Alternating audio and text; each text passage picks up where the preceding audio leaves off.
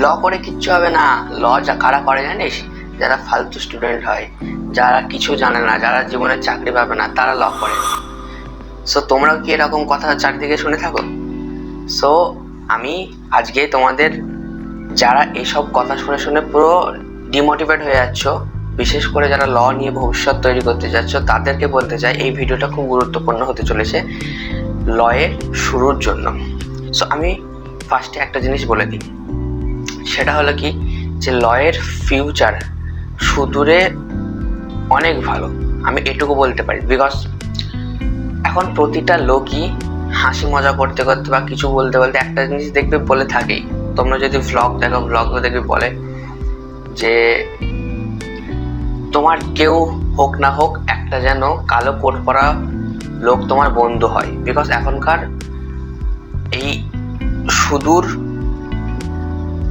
তোমার উন্নয়নশীল দেশ ইন্ডিয়ার মধ্যে ল প্রফেশনটা এত পরিমাণ বাড়ছে। বিকজ কেন বলছি আমি, যে এখনকার ইন্ডিয়াতে তুমি যদি তোমার রাইটগুলো না জানো, তাহলে তুমি খুব ভাষা ফেসে যাবে। সো এখন কি, তাহলে তোমাদের এই রাইটগুলো জানতে হলে তোমাদের তো আর যে কোনো গভর্নমেন্ট স্কুলে বা যে কোনো তোমার 1 থেকে 12-এর মধ্যে তো সেই সব ল কানুন তা তোমাদের শেখাবে না, তোমাদের শিখতে গেলে ল পড়তে হবে। সো আমি এটাই বলবো যে লয়ের ভবিষ্যৎ খুব সুন্দর আছে, তোমরা চিন্তা করো না। সো এখন শুরুটা হচ্ছে কি, তাহলে ল শুরু করবে কিভাবে? সো আমি কীরকমভাবে শুরু করেছিলাম, আমি সায়েন্স স্ট্রিম থেকে পাস করেছি উচ্চ মাধ্যমিক। দেন তারপরে কি সিউলেটের সম্পর্কে জানলাম।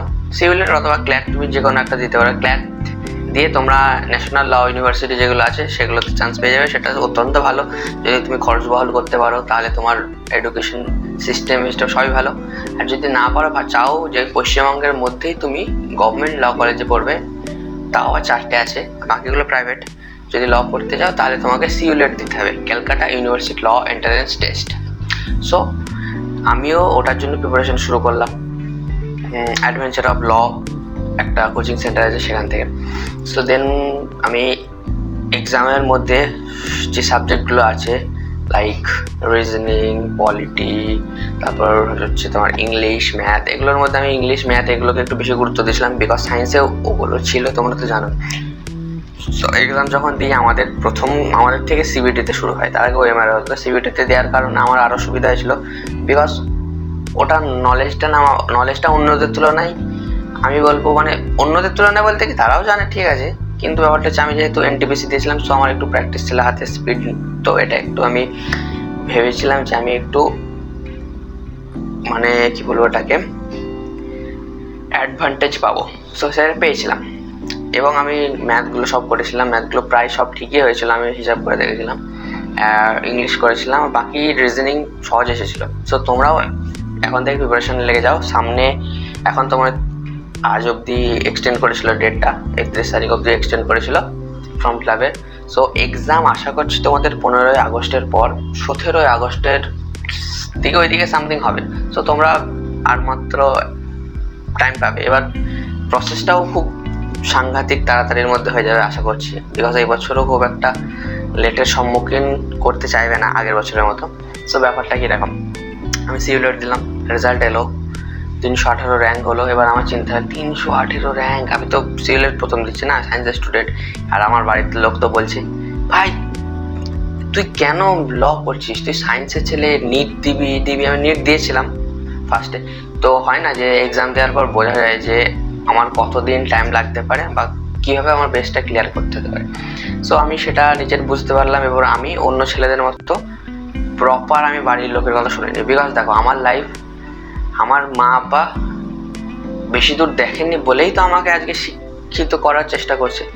সো আমি শিক্ষিত মাইন্ডে যতটা আমি দেখতে পাচ্ছি যে ওটাতে আমার ভবিষ্যৎ হবে না, অন্যের হবে না, এটা না, আমার হবে না। বিকজ আমার বেসটা একটু স্ট্রং ছিল না। সো সেটা স্ট্রং করতে করতে আমাদের মিডল ক্লাস ছেলেদের প্রচুর টাইম লেগে যাবে, এবং বাড়ির চিন্তা করতে করতে আর মাথা খারাপ। ওই জন্য আমি কিছু না ভেবে এটাতে ভর্তি হয়ে গেলাম, সুরেন্দ্রনাথ ল কলেজে।